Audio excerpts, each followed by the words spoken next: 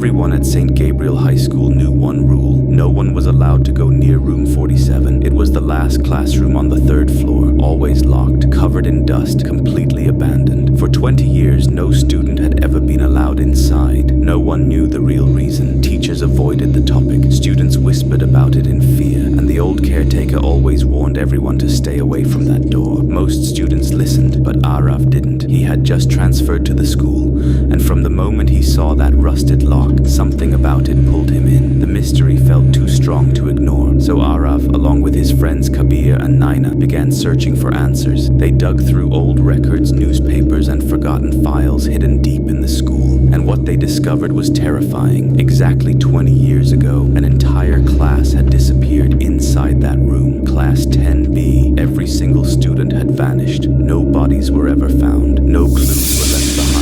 Only one message remained, written on the blackboard. They were still there. After that incident, the school sealed the classroom forever. At least that's what everyone believed. One afternoon, when the school halls were empty, Arav and his friends decided to find out the truth themselves. They quietly made their way to the third floor. The corridor felt unnatural. The lights flickered constantly. Dust floated through the air, and the silence felt heavy, almost alive. At the end of the hallway stood room 47. The same old rusty lock still hung on the door. With effort, they broke it open. The moment the door moved, a wave of stale, trapped air rushed out. Inside, the classroom looked frozen in time. Old desks covered in dust, broken benches, a teacher's desk left untouched. But something didn't feel right. On the blackboard, fresh writing appeared. The same message from 20 years ago. It looked new, as if someone had written it just moments before. Then they noticed the walls, dozens of small handprints pressed into the dust, as if students had once tried to escape.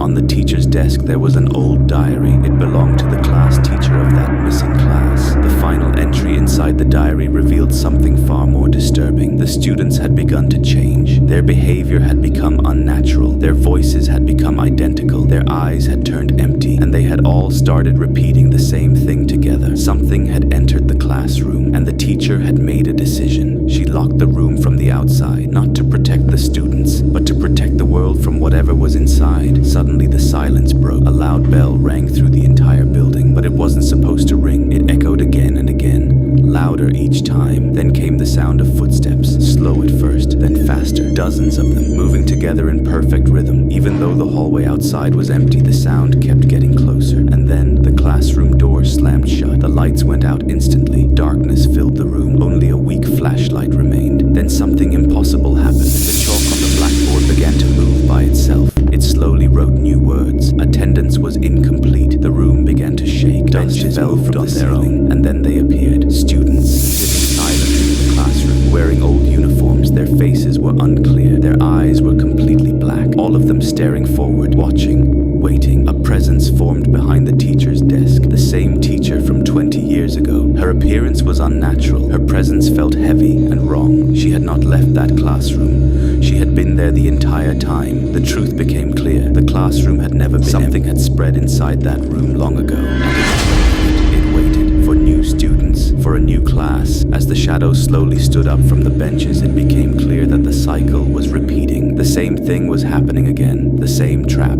the same fate. And this time, Arav was not just a witness. He was part of it. Something about him felt familiar, as if he had been there before, as if this wasn't his first time inside.